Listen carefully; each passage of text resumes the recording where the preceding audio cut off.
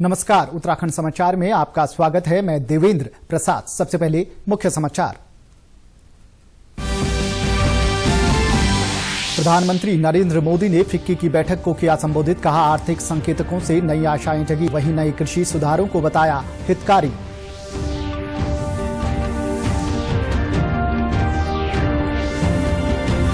भारतीय सैन्य अकादमी देहरादून में आज पासिंग आउट परेड का आयोजन। 325 नौजवान भारतीय सेना का बने हिस्सा। 70 विदेशी कैडेट भी हुए पास आउट। उप सेना प्रमुख लेफ्टिनेंट जनरल एसके सैनी ने ली परेड की सलामी। मुख्य सचिव ने कोविड-19 की वैक्सीनेशन के लिए फ्रंट लाइन वर्कर्स की सूची को अंतिम रूप देने के दिए निर्देश। वैक्सीन भंडारण के लिए कोल्ड स्टोरेज भी बनेंगे।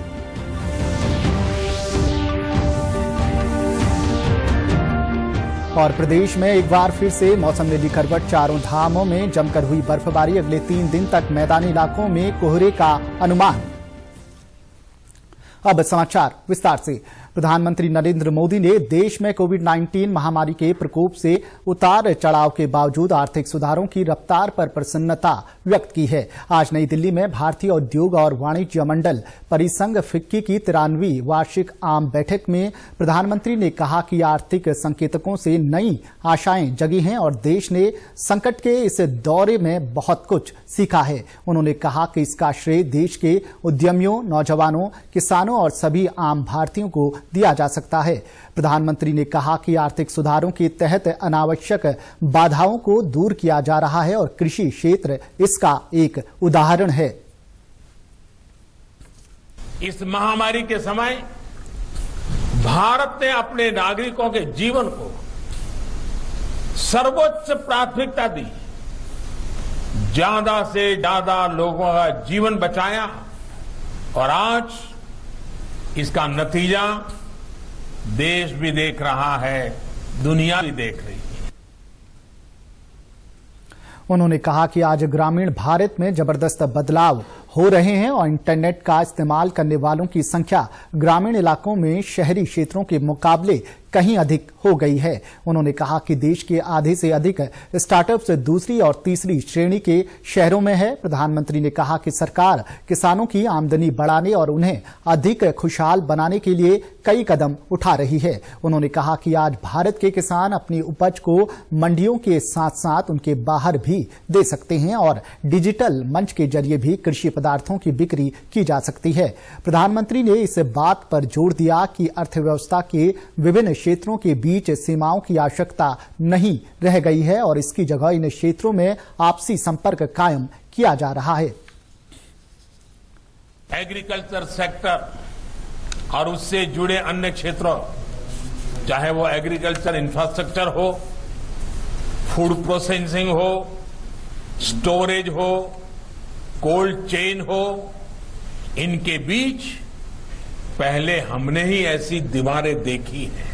इन दीवारों के हटने के बाद, इन रिफॉर्म्स के बाद किसानों को नए बाजार मिलेंगे, नए विकल्प मिलेंगे, उन्हें टेक्नोलॉजी का ज्यादा लाभ मिलेगा। देश का कोल्ड स्टोरेज इंफ्रास्ट्रक्चर आधुनिक होगा। भारतीय सैन्य अकादमी आईएमए देहरादून में आज पासिंग आउट परेड का आयोजन किया गया। भारतीय सैन्य अकादमी में अंतिम पग भरते ही 325 नौजवान भारतीय सेना का हिस्सा बन गए। इसके साथ ही 70 विदेशी कैडेट भी पास आउट हुए। उप सेना प्रमुख लेफ्टिनेंट जनरल एसके सैनी ने परेड की सलामी ली। इससे पहले भारत माता तेरी कसम तेरे रक्षक बनेंगे हम गीत पर कदम ताल करते जेंटलमैन कैडेट्स ड्रिल स्क्वायर पर पहुंचे। सुबह 8:45 पर मार्क्स कॉल के साथ परेड का आगाज हुआ। कैडेट्स की शानदार मार्च पास से हर एक दर्शक मंत्रमुग्ध हो गया। उप सेना प्रमुख ने कैडेट्स को ओवरऑल बेस्ट परफॉर्मेंस और अन्य सम्मानों से नवाजा। वतनदीप सिंधु को स्वॉर्ड ऑफ ऑनर प्रदान किया गया, जबकि मज्जी गिरिधर को स्वर्ण, निदेश सिंह यादव को रजत व शिखर थापा को कांस्य पदक मिला। तकनीकी कोर्स में प्रथम स्थान हासिल करने वाले जसमिंदर पाल सिंह सिद्धू को रजत पदक मिला। तंदिन दौरजी सर्वश्रेष्ठ विदेशी कैडेट चुने गए। Chief of army staff banner casino company को मिला। इस अवसर पर उप सेना प्रमुख लेफ्टिनेंट जनरल एसके सैनी ने सभी कैडेट्स को सफलतापूर्वक ट्रेनिंग पूरी करने के लिए बधाई दी। उन्होंने उम्मीद जताई कि विदेशी कैडेट्स अपने साथ आईएमए की सुनहरी यादों को लेकर जाएंगे। जर्नी मेरी काफ़ी, जब मैंने 12 पास की तब से शुरू हुई थी। I could not clear the NDA exam and I appeared for number of test as well, but and then finally in 2019 I have cleared CDS. After that I have cleared number of exams and finally मैंने decide किया कि मैं IMA join करूंगा। वहीं corona संकट के चलते passing out parade में तमाम स्तर पर बड़ी एहतियात बरती गई। शारीरिक दूरी के नियमों का पूरा पालन किया गया। हर एक मार्चिंग दस्ते में एक लाइन में कैडेट्स की संख्या 8 रखी गई। जेंटलमैन कैडेट्स के साथ ही सभी सैन्य अधिकारी भी मास्क पहने रहे। मुख्यमंत्री त्रिवेंद्र सिंह रावत ने आज राष्ट्रीय स्वच्छ गंगा मिशन गंगा नदी घाटी प्रबंधन और अध्ययन केंद्र द्वारा आयोजित पांचवें वाटर इम्पैक्ट समिट में भाग लिया। इस अवसर पर मुख्यमंत्री ने कहा कि उत्तराखंड में जल संचय एवं जल संरक्षण योजनाओं के प्रति विशेष ध्यान दिया जा रहा है। प्रतिवर्ष 16 जुलाई को हरेला पर्व के अवसर पर व्यापक वृक्षारोपण किया जा रहा है। नदी पुनर्जीवीकरण योजना के तहत कोसी में शुरुआत में एक साथ 1.63 लाख तथा दूसरे वर्ष में 13,000 स्थानीय लोगों की सहभागिता से 2.65 लाख तथा देहरादून रिस्पना के क्षेत्र में 3.50 लाख वृक्षारोपण किया गया है। पिछले साल प्रयाग कुंभ मेले में पर्याप्त पानी की उपलब्धता के लिए टिहरी डैम की ऊंचाई 8 मीटर तक बढ़ाई गई। इससे गंगा में पर्याप्त जल उपलब्ध हो पाया था। इस अवसर पर केंद्रीय पर्यटन राज्य मंत्री प्रहलाद सिंह पटेल ने कहा कि गंगा से प्रकृति, पर्यटन एवं ऊर्जा संस्कृति भी जुड़ी है। हमें गंगा को स्वच्छता एवं निर्मलता के लिए मिलकर प्रयास करने होंगे। उत्तराखंड ये नदियों का प्रदेश है। तमाम छोटी बड़ी नदियां इस राज्य में हैं और हिमालय जो हमारी नदियों का स्रोत है और दुनिया को जो प्रभावित करता है वो उत्तराखंड उस हिमालय की गोद में बसता है। अगर हम गंगा के तटों की ओर और जो उसको पूरा विकसित किया जाए, चाहे पर्यटन की दृष्टि से हो, कृषि की क्षेत्र से हो, ऊर्जा की दृष्टि से हो, वनीकरण की दृष्टि से हो, तो इसमें इतनी सामर्थ्य है कि हमारे देश की जीडीपी में 3% का योगदान किया जा सकता है या लिया जा सकता है। मुख्यमंत्री त्रिवेंद्र सिंह रावत ने कुंभ मेले को सुरक्षित व व्यवस्थित ढंग से संपन्न कराने के लिए सभी विभाग अध्यक्षों को प्रभावी व्यवस्था सुनिश्चित करने के निर्देश दिए हैं। मुख्यमंत्री ने कोविड-19 के दृष्टिगत कुंभ मेले के लिए स्पेशल कोविड ऑफिसर तैनात किए जाने के भी निर्देश दिए हैं। मुख्यमंत्री ने कुंभ मेले के कार्यों के लिए मेलाधिकारी को 2 करोड़ तथा आयुक्त गढ़वाल मंडल को 5 करोड़ की वित्तीय स्वीकृति के अधिकार प्रदान किए हैं। मुख्यमंत्री ने सभी संबंधित विभागों से स्थायी निर्माण कार्यों को 31 जनवरी तक पूर्ण करने और अस्थायी निर्माण कार्यों में भी तेजी लाने को कहा है। बैठक में उपस्थित कई विभागों के सचिव ने अपने अपने विभागों के निर्माण कार्यों को मुख्यमंत्री को जानकारी दी। वहीं मेलाधिकारी ने वीडियो कॉन्फ्रेंसिंग के माध्यम से मुख्यमंत्री को कुंभ मेले की तैयारियों से अवगत कराया। उत्तराखंड में एक बार फिर से मौसम ने करवट बदल ली है। केदारनाथ, बद्रीनाथ, गंगोत्री और यमुनोत्री समेत ऊंचाई वाले इलाकों ने बर्फ की सफेद चादर ओढ़ ली है। बद्रीनाथ धाम में हुई बर्फबारी से पूरी क्षेत्र बर्फ से ढक गया है। वहीं राजधानी देहरादून समेत कई क्षेत्रों में तेज गर्जना के साथ सुबह तक बारिश होती रही। मैदानी इलाकों में बारिश के साथ ही ऊंची चोटियों पर हिमपात हुआ है। धनौल्टी की ऊंची पहाड़ियों पर भी हल्का हिमपात होने की सूचना है। बर्फबारी और बारिश से तापमान में भी गिरावट दर्ज की गई है। मौसम विभाग ने राज्य के कुछ हिस्सों विशेषकर हरिद्वार, उधम सिंह नगर और पौड़ी और नैनीताल के मैदानी क्षेत्रों में घने से बहुत घना कोहरा छाए रहने की संभावना जताई है। मौसम विज्ञान केंद्र ने प्रदेश में सोमवार तक मौसम का मिजाज बदले रहने का पूर्वानुमान भी जताया है। मुख्य सचिव ओम प्रकाश ने कोविड-19 की वैक्सीनेशन के कार्य को बेहतर तरीके से संपादित करने के लिए समुचित व्यवस्था बनाने के निर्देश दिए हैं।